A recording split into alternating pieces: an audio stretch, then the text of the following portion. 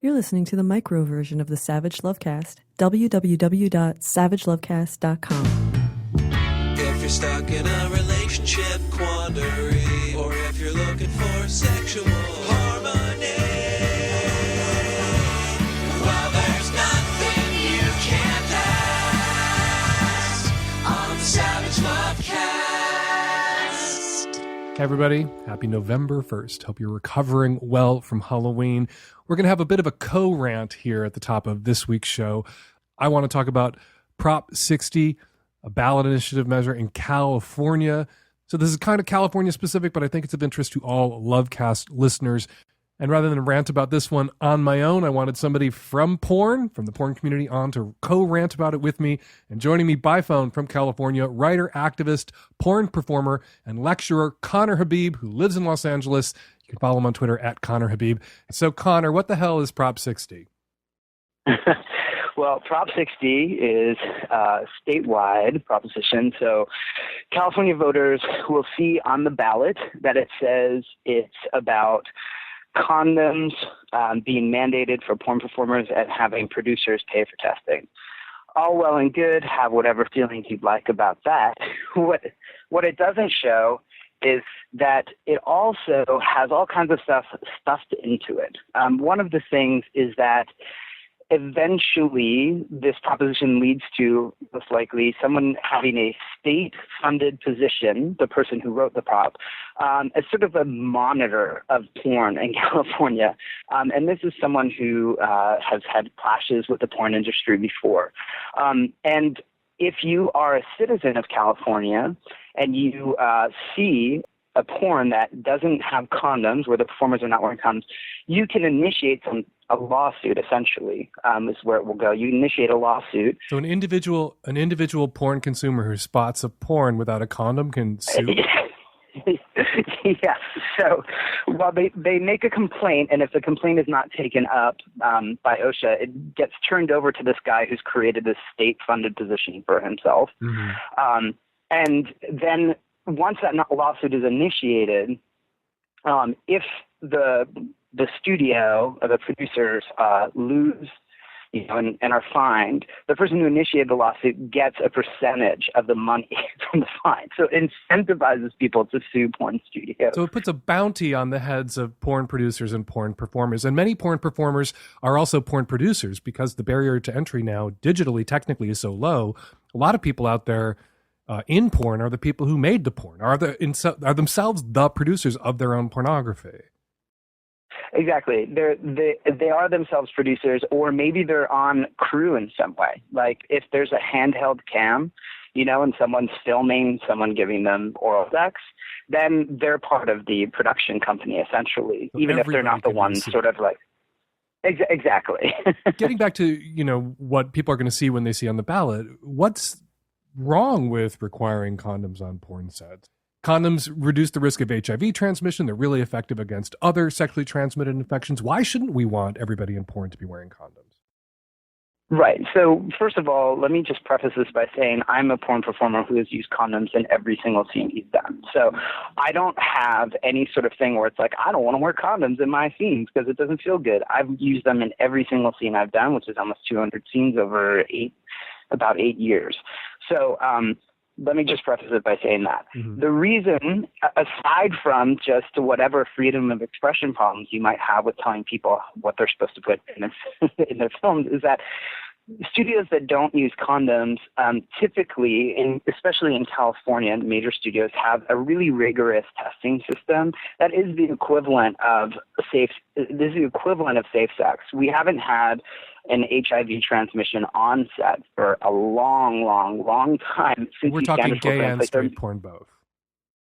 Yeah, well, the standards are different for different studios, right? But what I'm talking mostly about right now is straight porn, because the testing standards are so high for straight porn. I mean, straight porn performers, and their rigorous testing makes them one of the safest sexual populations, anywhere to be found. I mean, people should be asking, what can we do to improve our regular lifestyle offset? What can we learn from porn stars on how to keep ourselves safe? There's a very rigorous testing system that keeps people safe in in their jobs. So it's a good example of a solution in search of a problem. There's no problem here. Not only is there no problem, but it's a solution that creates more problems. It creates this whole litigious atmosphere. It puts everybody sort of on patrol. Basically, it's the see something, say something of pornography, where everything becomes suspicious. And you can't watch porn without suddenly becoming, as you said, like a bounty hunter in essence. Not a booty hunter. Yeah, a nation full of Anthony Comstocks. So it's an ancient reference for people who know who I'm referring to. You know what I mean when I say Anthony Comstock.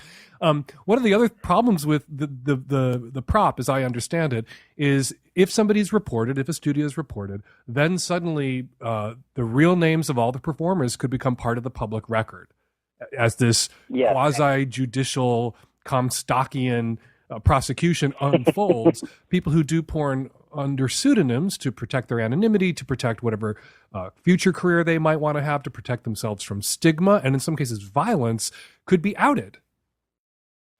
Yeah, absolutely. And, as you can imagine, porn performers have stalkers. You might be surprised to find that out. But yes, that information, private information, is made public in the worst possible way. People who are initiating these lawsuits already have some sort of strange, that was initiating these lawsuits would already have some sort of strange reason to do so. I'm sure, they're watching porn and they want to be involved in some way in rescuing the porn performer from these horrible conditions, which, by the way, almost universally, porn performers are saying vote no on this proposition. None of us want it. So this proposition that's ostensibly about protecting porn performers and making their workplaces safer, porn performers reject. If you're on Twitter, get on Twitter, look up some people who work in porn, look at all the porn performers they follow. Everybody right now has no on Prop 60 as their avatar or incorporated into their avatar. This is being rejected by the people that it is supposed to protect. It's really just an anti-porn crusade wrapped up in the guise of concern for porn performers, and it's bullshit. Yeah, thank you. It's total bullshit, and it really is about it. If you see, there are billboards in LA right now that say in dark, scary letters, pornographers say no on Prop 60. Obviously, if you look at that, the way they're advertising it is to stigmatize porn overall, to get people to vote yes on this thing. You should vote no on Prop 60. It harkens back to a time when there was a much sort of cleaner divide and wider gulf between the pornographers and the porn performers. These days, most pornographers are porn performers, and most porn performers are pornographers, because people create their own websites, create their own content, really market their own porn brands. This isn't about evil pornographers sweeping into bus stations and scooping up people who came to LA because they thought they were going to break into Hollywood and getting them to do porn and taking advantage of them. This is really attacking people's own rights and their own livelihood. It's really offensive. A quick word, you're a gay porn performer. Quick word about gay porn. There's a lot of gay porn, almost most gay porn these days, doesn't use condoms.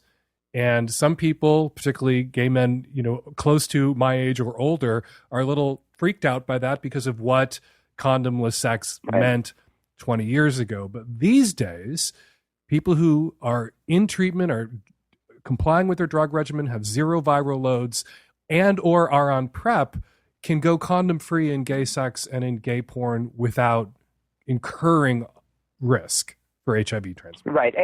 Yes, and it's important to note, too, that if there were two men in a couple who were both HIV positive, this proposition, if passed, would force them to get tested and would force them to wear condoms with each other, which is insane.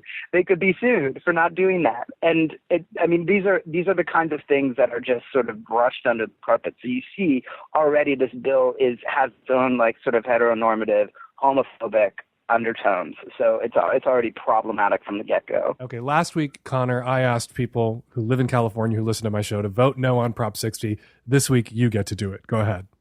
Everybody in California, when you vote, because I know you're going to vote because the stakes are high this election, also know that the stakes are high on Prop 60. Vote no on Prop 60. Thank you. Connor Beebe, writer, activist, porn performer, lecturer. Thanks so much for jumping on the phone. Really appreciate it. Thank you, Dan. All right. Thanks again, Connor. And now we are going to move on to your questions. Tons of your questions. We're going to try not to think too hard about the election. We're just going to do a deep dive on sex and relationships starting now. This episode of the Lovecast is brought to you by Stamps.com. Buy and print official U.S. postage using your own computer and your own printer. For a special offer, which includes a digital scale and up to $55 worth of free postage, go to Stamps.com and enter SAVAGE. This episode of the Savage Lovecast is brought to you by Casper, an online retailer of premium mattresses for a fraction of the cost because everyone deserves a great night's sleep.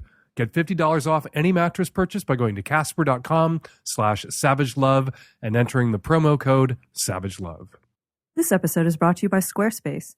Squarespace is the easiest way to create a beautiful website, blog, or online store for you and your ideas.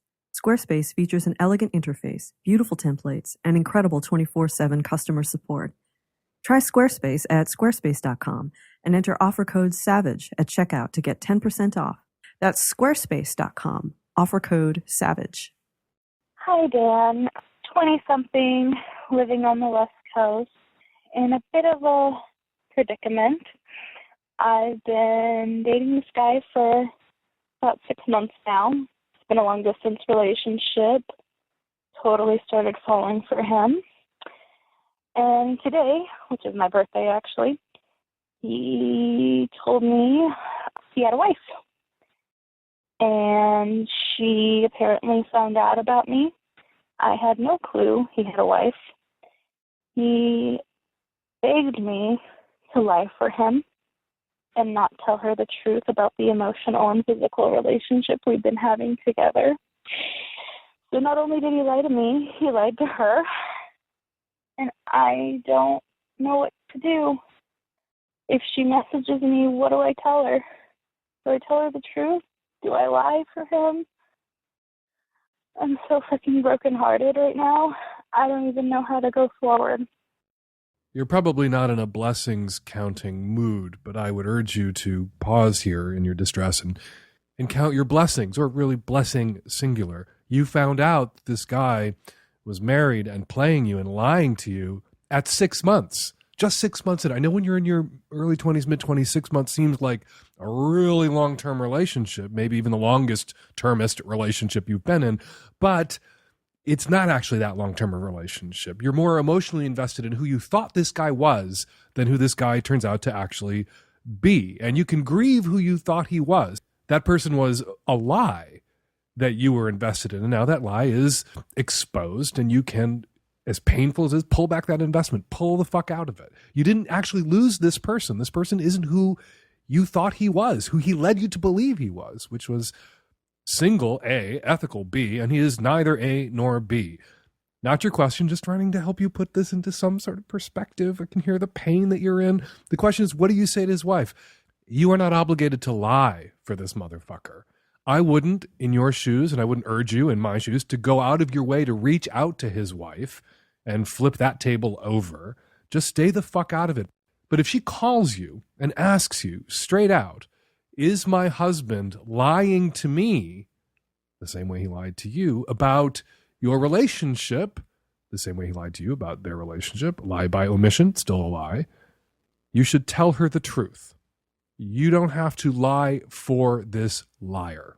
And happy birthday, and I'm so sorry this all went down on your birthday. One day, I promise you, one day, this will be a story you tell with your friends on your birthday and laugh about. Right now, it doesn't seem like you could ever laugh about this, but these painful experiences that we all have, different sorts, different kinds, but we all have these kinds of painful experiences. With time and new and better experiences, they become stories we tell about our past. And sometimes the best stories that we have about our past are the disasters, are the real fuck-ups, or the real fuck-overs. And we share them with each other because they're humanizing, because we all have them. And it's something we all have in common, these embarrassing, humiliating touchstones. And one day, I'm not saying you're going to dine out on this, but one day you're going to find yourself 5 years from now, 10 years from now, with a better boyfriend or better husband at your side and with good friends around you, recounting the story of this shitty married guy who played you for 6 months, and then telling them about what went down when his wife got you on the phone. and you will be laughing about it. I promise you. Hey, Dan. This is actually a question I have about a friend of mine. She recently came back to her home to find her boyfriend passed out in their bed with a used condom wrapper, not the condom, just the wrapper on the ground, open, torn, used, obviously. And all of their pictures of each other were turned face down onto the table and not turned up. She had previously caught her boyfriend browsing for prostitutes on the internet. After a week of denying it, the boyfriend finally admitted that he had, in fact, had a prostitute over that night. I'm not against prostitution. I think it's totally fine, except for when you're in a monogamous relationship. It's probably not the best idea.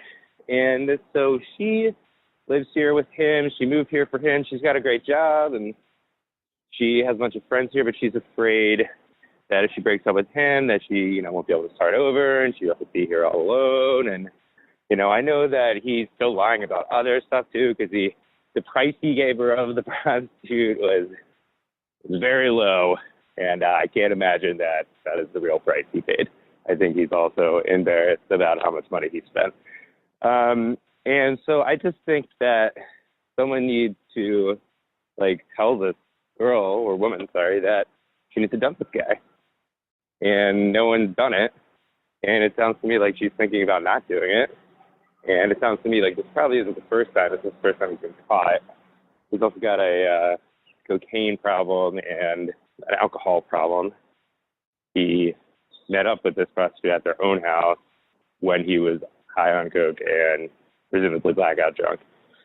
So, I don't know. Is it my business? Should I stay out of it? I've already kind of dropped the hint that I think she needs to break up with him. She went and saw a bunch of her friends last week, and I was like, did you break up with him? And she said no. So I just, I don't know. What do? Let me know. Who turns photos down when a sex worker is coming over to the house? People talk about what you pay a sex worker for is you pay them, not for the sex, you pay them to go away after. Another thing that you pay for is not to have to pretend that you don't have a girlfriend or a wife or a husband or a boyfriend. That sex workers generally are down with sleeping with someone who's involved with someone else because they have no desire to date or marry their clients, almost universally. So you don't have to turn your photos upside down when a sex worker is coming over, unless you're drunk and high on coke and you think your girlfriend's eyes are peering at you from all these photographs and you have a guilty conscience and that's why you do it. But otherwise, not out of consideration for the sex worker's feelings, do you need to do something like that? Not your question. How do you get this woman to break up with her shitty, inconsiderate, drunk, fucked up on coke, cheating, lying boyfriend? You don't drop hints. You're dropping hints to someone who needs to be told straight up what you think they should do. Don't drop hints. And if you have other dirt on this guy, if there are things that you think she needs to know as she makes a decision on whether to stay with him or not, and she's your friend, you tell her those things, as hard as they may be to say, as hard as they may be to hear, as difficult and awkward and uncomfortable as it might be if it gets back to him. You say them. And if she has other friends who all feel the same way, you can link hands and all say it together. So there's not one big bad guy who has to bear the brunt of the boyfriend's anger if indeed she dumps him because of what you said. It'll be the collective you. It'll be all of you instead of you alone. So do some reconnaissance with her other friends about what you all think she needs to do and she needs to know, and then go to her and tell her. And when she goes to that stupid place where she fears being alone to such an extent that she's going to stay with this shitty guy, just impress upon her how ridiculous that is. Because if she's with this shitty guy and a better guy comes along, she won't be in a place where she can date him and be with somebody else. That to be with somebody else, somebody better, somebody less lie-y, less drunky, less cokey, she's going to have to be single when that other person comes along. So she needs to dump him. And she has friends where she's at, and she has a job, a good one, where she's at. She doesn't have no one or nothing in her life. She has a lot in her life. What she doesn't have in her life right now is a decent, loving, considerate boyfriend. And she's never going to have one of those while she's with this guy. This episode of Savage Lovecast is brought to you by Casper. Casper is an online retailer of premium mattresses for a fraction of the cost. Casper is revolutionizing the mattress industry by cutting the cost of dealing with resellers and showrooms and passing those savings directly on to you, the consumer. The Casper mattress provides long-lasting comfort and support, and I know this because me and my husband sleep on one every night. You can buy it easily online and completely risk-free. Casper offers free delivery and painless returns within a 100-day period, so you don't have to lie down in a showroom. And Casper's mattresses uphold the highest environmental production standards, and they're made right here in the USA. Get a Casper mattress for $500 for a twin or $950 for a king-sized mattress, but you can save an additional $50 as one of our listeners by going to casper.com/savagelove and entering the promo code SavageLove. That's casper.com/savagelove and promo code SavageLove. Terms and conditions apply. Hi, Dan. I am a 39-year-old San Francisco Bay resident who's now living in Austin, Texas. I'm gay. My parents are visiting me right now, and my dad came out to me last night and asked that I never tell anybody, so that's why I'm calling you and putting all this on air. He and my mother have been married for 40 years, and he came out to me as bi last night. I and any person who's ever met him that I have a conversation with has always thought that he is gay, but regardless, he came out to me, and I was happy for him, and I was proud of him for saying it out loud to at least one other person, but he said that I, could never tell my mom. He would never out himself. I asked him if he's safe in his activities, and he said that he is, and he doesn't have sex with guys that often, his words. I kind of feel like I'm in a pickle and that I'm now responsible for keeping this secret, and I would never out him to her. It's his, journey. I'm just feeling a little tied up and uncomfortable, and if you have any suggestions or advice, I would really welcome that. I'm calling because I had some questions about where you think your mom would be with this. Is this something your mom would want to know? Is your mom invested in the romantic or sexual dimension of her 40-year marriage? Are they past sex? Is it long been a companionate-ish kind of marriage? Do you think, knowing your mother as well as you do, that this is information that she would want to have? So I've had a few days to think of it since I left you that voicemail. It was the morning after he had told me, and I know she has spoken to me previously about wanting more like romance and sex in their relationship, and we are not close at all. So I kind of find these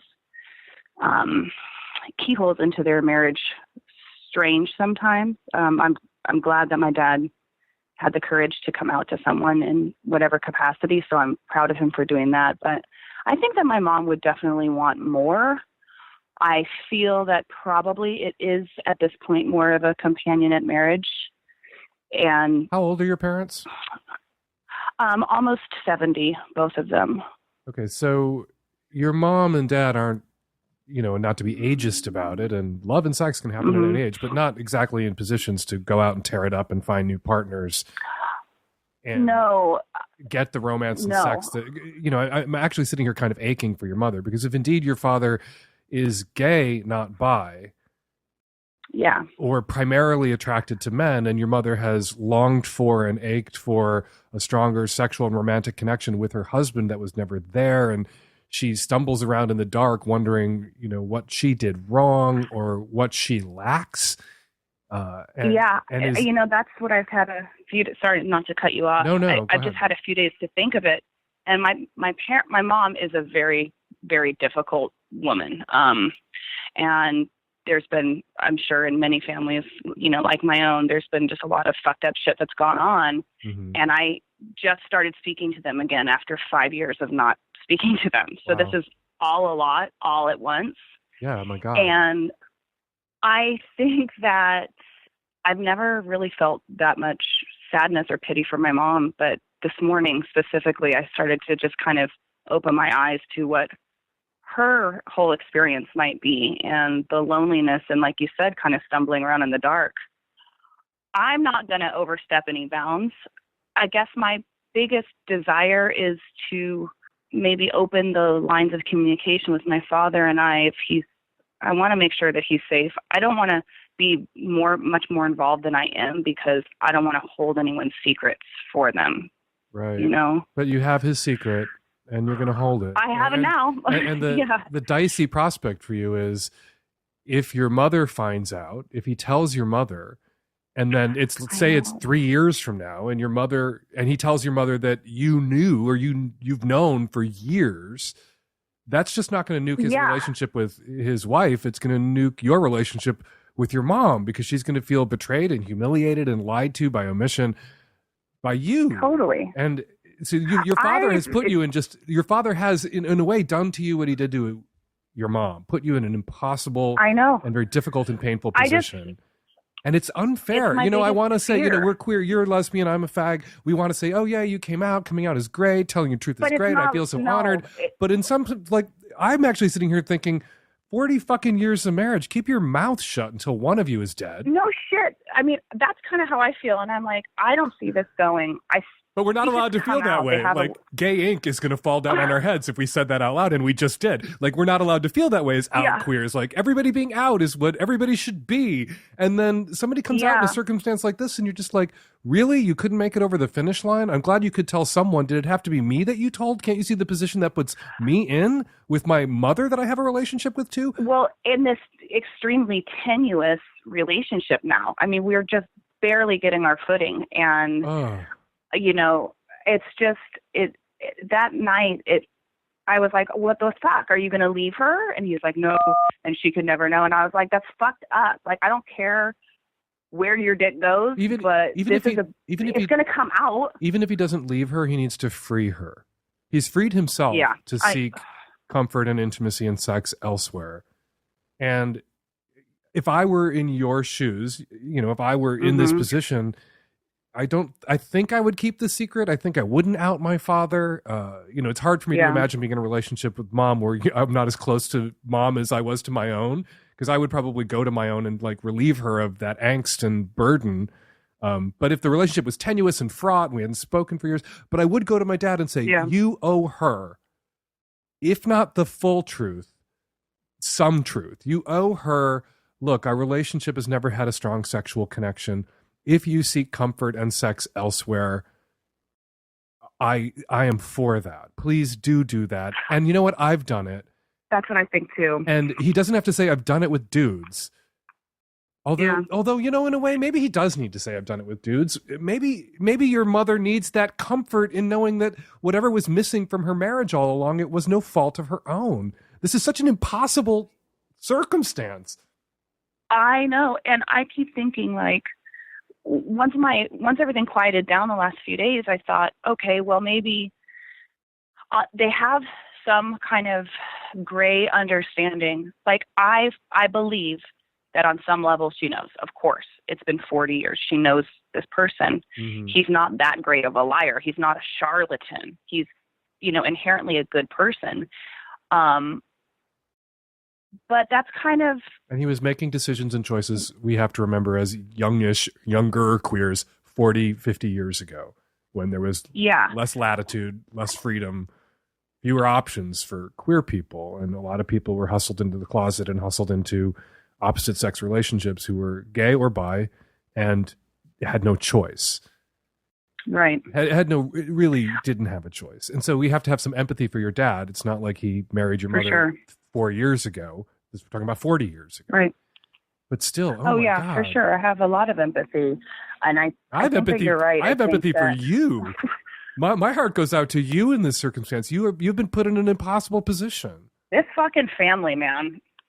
It's tough, but I think that you're right. I think that, me saying to him, you need to say something to her, I think would take a little bit of the burden off of my heart, and would possibly put the nugget of the idea of strength or courage or whatever he might need, because her maybe knowing or them maybe having an unconscious agreement, that's not really enough. I mean, it wouldn't be for me. Right. Especially if your mother has walked don't around know. for 40 years thinking there's something wrong with me. He can't love me for some fault or demerit of mine or some shortcoming of mine. That would make anyone a difficult person after stewing in that for 40 fucking years. That's what I keep thinking about. And my mom is such a fucking bitch all the time. And I'm like, no wonder. You know? I mean, not to be so mean about it, but there's a lot of crap in the family, and I can kind of understand. It could also be a coincidence. Your mother could be a fucking bitch that this awful thing happened to. It very well may be. Not a fucking bitch because this awful thing happened to her. Yeah, that's true. But I think that's good advice, and I feel more at ease saying something. Certainly never going to force his hand, but letting him know where I stand, I think, is important. Because he just unloaded. There's an organization called the Straight Spouses Network that a lot of people who are bi actually have objections to, and strong ones and valid objections to, because a lot of what they do kind of seems to rest in a lot of bi shaming, right? That somebody who's bi lied to you all his life. Anyway, there's a whole bi critique of Straight Spouses Network, but the stories I've read there and the people I've spoken with and the stuff I've seen on their website and their blog, you do hear this two stories about finding out that somebody you were with for 20 or 30 years was gay or lesbian, and you were their opposite sex spouse. And people are at once crushed and relieved. Right. Crushed by the news. There's an answer and it's not them. Exactly. So here we are now, we're gaming this out. We're sitting with this information. We've been arguing from the point of view that sharing this information with your mother, that fucking bitch, will destroy her or crush her or devastate her about these 40 years and this 40 years of lies and humiliation. On the other hand, in some people's experience, some people who've been in your mother's shoes, finding this out was such a relief. Finding this out unburdened them. Yeah. Because they were not solely responsible for the dysfunction at the heart of their marriage. Yeah. Oy, I don't envy you the position that you're in. I really don't. It's hard, but I mean, harder things have come before and they will after. But I think that you've given me a few good ideas about where to kind of funnel the questions and the energy. So I will definitely check out that website and just kind of look around, and I'm going to see them again in March. So good luck. I think we will be due for a talk. Thank you so much for calling. I really appreciate it. My pleasure. Keep up the good work. Nice chatting with you. This episode is brought to you by Squarespace. They make it simple and intuitive to create your website, blog, or online store. Squarespace is ideal for small business owners. From nationally recognized brands to your favorite local shops, Squarespace is trusted by hundreds of thousands of savvy shop owners around the world, including all the tools you need to track inventory, process orders, and send custom emails in one intuitive interface. Squarespace Commerce allows you to understand every aspect of your business, and they make adding a domain to your site simple. If you sign up for a year, you'll receive a custom domain for free. Start your free trial today at squarespace.com and enter offer code SAVAGE to get 10% off your first purchase. That's squarespace.com, offer code SAVAGE. Hi, Dan. I've been in a relationship for the last 4 years with a girl, and the last couple of years has been really strained. We've broke up, got back together, broke up, got back together. Some things have happened lately that tell me that her and I are never going to get back together. But in those 4 years, I became very close with her family, met a lot of her friends who have became my friends. I want to cut off all ties with her for at least the immediate future. I would like to completely move on. What I don't want to happen is to log into my Facebook page and see her, pictures of her with, from her friends and family's posts. So what is the etiquette for me wanting to basically delete her friends and family who I will basically never spend time with or probably never see again? I'm not on Facebook myself, but one of the tech-savvy at-risk on Facebook youth just informed me that there is an option other than friending or unfriending, which is hiding. that you can hide someone and then their photos and info and scraps or whatever the fuck everyone is sharing on Facebook, their photos of their fucking lunch, photos of your ex-girlfriend, they're not going to show up in your feed and they won't know that you've unfollowed them. And maybe in a year or 2 or 3, when you can stand the sight of this woman's face again on occasion, you can unhide these people that you used to be close to and endure the occasional photo of your ex while you catch up on what the hell they're doing or eating in their lives. Getting your mailing and shipping done can seem like a no-win situation. Going to the post office takes up valuable time, and leasing a postage meter is expensive with multi-year commitments and hidden fees. Luckily, there is a better way. Stamps.com. With Stamps.com, you can buy and print official U.S. postage for any letter or package right from your desk using your own computer and printer. You'll even get special postage discounts you can't find at the post office. Plus, Stamps.com is more powerful than a postage meter at just a fraction of the cost. You can save at least 50% compared to a postage meter, and you'll be avoiding those time-consuming trips to the post office.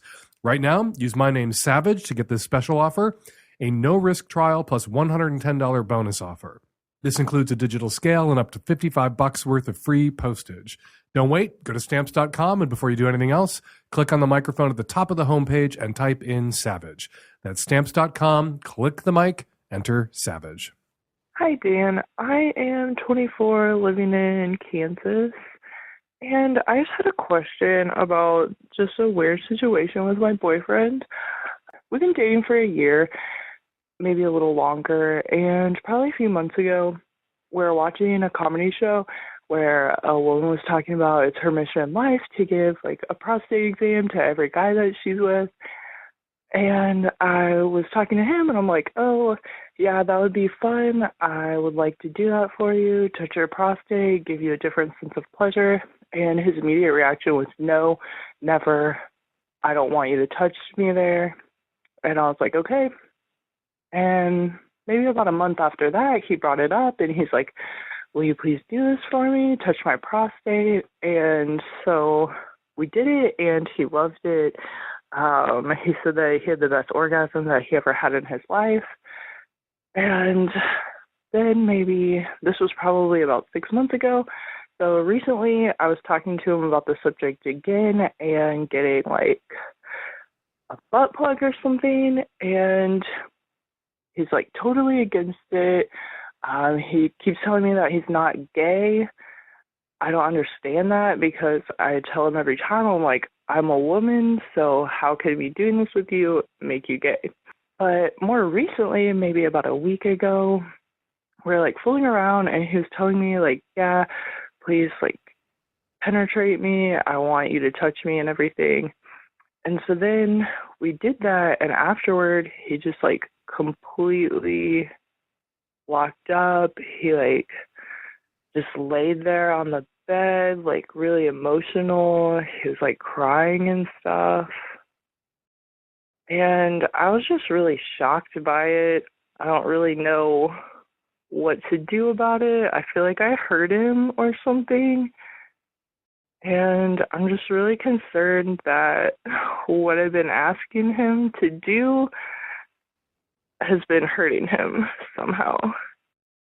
What I'm supposed to say to you right now, and you're supposed to relay to your boyfriend, is there's nothing gay about what you two have been doing. You're a woman, he's a man, you guys are enjoying each other and exploring each other's bodies. That's completely straight. And straight men are capable of experiencing anal pleasure, capable of enjoying penetration, not just a finger, which isn't a dick, not just a butt plug, which stays right there where you put it and doesn't fuck you, but also getting pegged, strap-on dildos, literally getting fucked in the ass by something that looks exactly like a dick, or maybe sometimes a dolphin. That you can do that with a woman as a guy, and that's straight sex. It's crazy, fun, transgressive, role-flipping straight sex, but it's straight sex, nothing necessarily gay about it. That's what I'm supposed to say, and it sounds like you've already said those things to your boyfriend. So I listened to your call twice, and the word that jumped out at me the first time I listened was Kansas, where I imagine there aren't a lot of guys who are open about, straight guys who are open about anal pleasure and the times that they have experienced it. Unlike Seattle or Portland or San Francisco or New York or Chicago, where you can't get straight guys to shut up about those times. But the second time I listened, what really leapt out at me was the seizing up, the crying, the laying in bed after you did what he asked you to do. You haven't done anything to him. You guys saw a show, a sex act was discussed. You said that might be fun to try sometime. He said, no, no, no. And then he came and basically sat his ass down on your hand more than once. He's asked you to do this to him. So you don't have to feel guilty about this, about what you guys have done together, what you have done with him, with his active and enthusiastic consent. But it seems to me that there is something else going on here. Again, jumping all the way back to the beginning of my response, I'm supposed to say there's nothing necessarily gay about this. It's not gay. It's a woman. It's a man. Not gay doesn't mean he's gay. There isn't a switch in your ass that you can flip that turns you gay. Straightness isn't something that's going to leak out of your ass after your girlfriend finger fucks you, right? But we don't know what's going on in his head. Maybe he is gay or bi. Maybe this exploration that you two have been on together, which seems trivial-ish to you because there's nothing necessarily gay about this. And, you know, in my professional capacity, I'm supposed to trivialize it by saying there's nothing necessarily gay about it. Maybe there's something necessarily gay or bi-ish about it for him.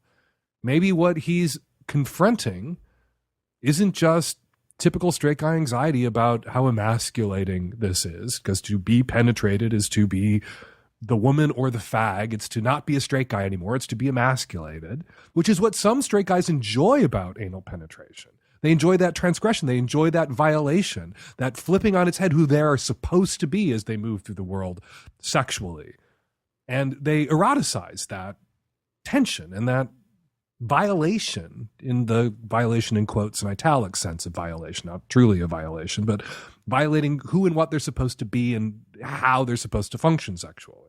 But maybe for him, what is going on here isn't just gay panic, but an awareness or being forced to acknowledge to himself that he is gay or bi, that this isn't something that he can deny. He's a young man living in Kansas. Not only does he probably lack for straight role models who are out about enjoying anal pleasure, unlike young straight males in Seattle and Portland, San Francisco and Chicago, New York and Miami and everywhere else, but he probably lacks for gay role models. He may be in a place and from a family or a faith community where being gay isn't possible, and he's moved through life thinking he can, or being bi isn't possible, and he's moved through life suppressing these things, these desires, suppressing this self-awareness, stuffing it down so far it wasn't even something that he could tap into, and you touched it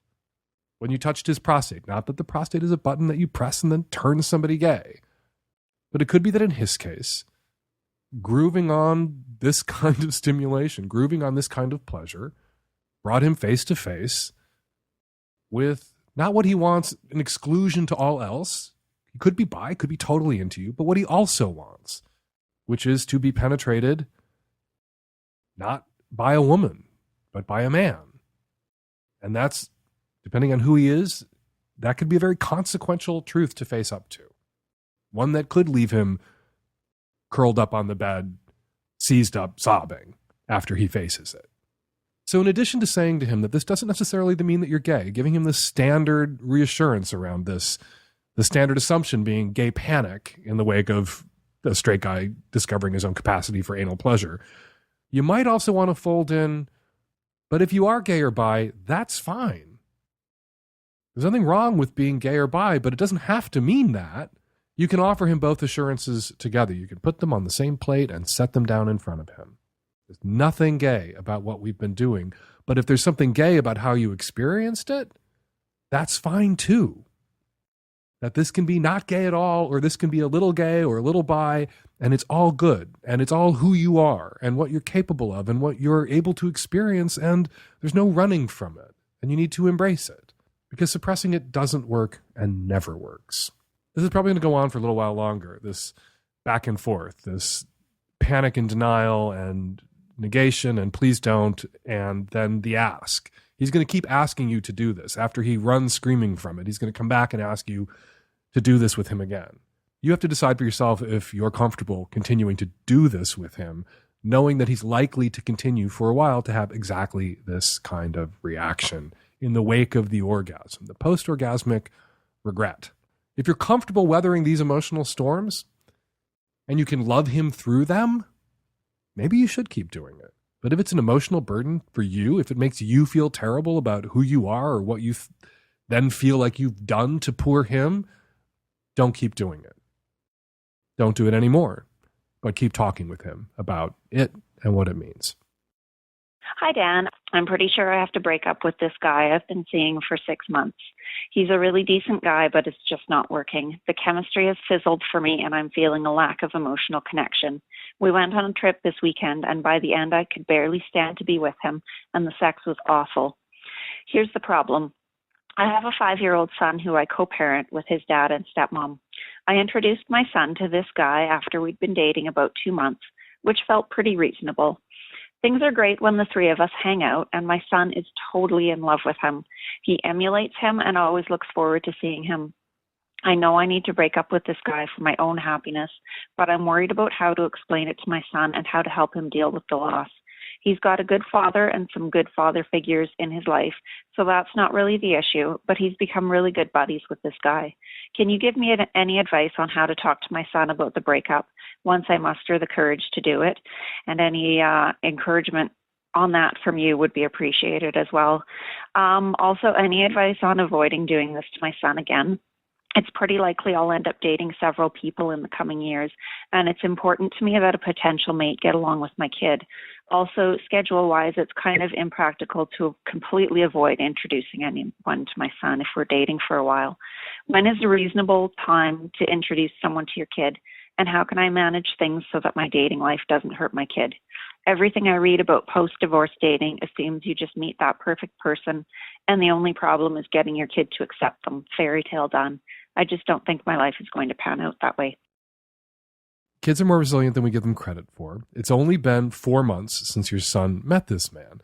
Your son will bounce back. I am trying to remember my aunts and uncles and their significant others who came and went when I was 3, 4, and 5. We all lived in the same house, so it was like siblings, and these people would become important to us, and then they would disappear, and we would be sad, but we would get the fuck over it, particularly because we had a dad, and we had our uncles, and we had other male role models in our lives, and other family figures. Not that everyone needs male role models all the time.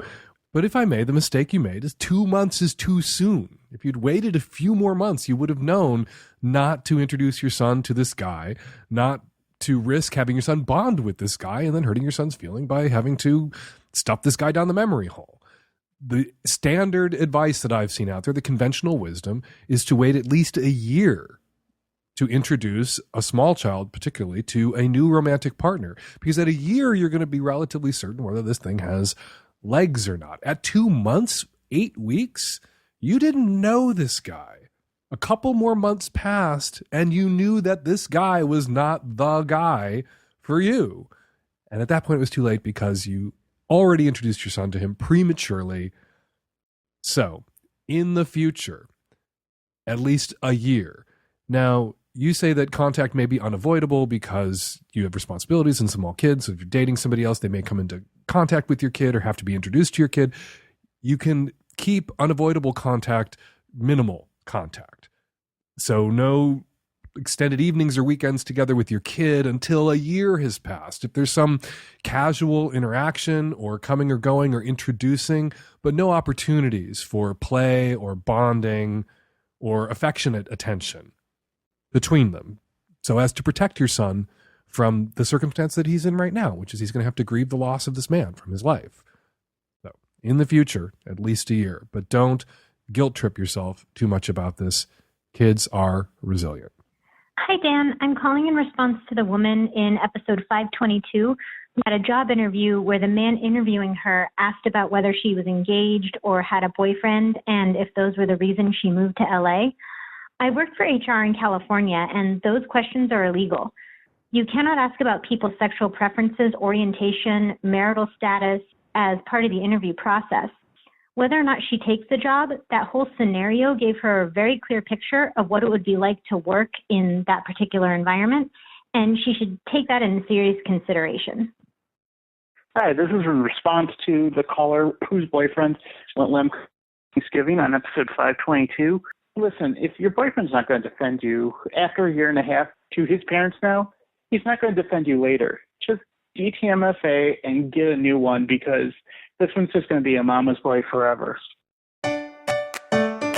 And we're going to leave it there. 206-302-2064 is the number here at the Savage Lovecast. If you'd like to record a question or comment for a future show, give us a buzz, 206-302-2064. Be sure to read Savage Love, my sex advice column, every week in the Anchorage Press and other weekly newspapers across the country. Follow me on Twitter at FakeDanSavage. Follow Connor Habib on Twitter at Connor Habib. And speaking of Twitter, at Brazilian tweets, hey, Fake Dan Savage, this is the second podcast that you said Trump was on the Access Hollywood bus with Billy Bean, but it's Billy Bush, not Bean. Oh my God, my apologies to baseball icon Billy Bean. I don't know where that brain fart came from. My apologies. It was Billy Bush, not Bean. Savage Lovecast is produced every week by Nancy Hartunian and me and Nancy and the tech-savvy at-risk youth. We'll all be back at you next week with another installment of Savage Lovecast.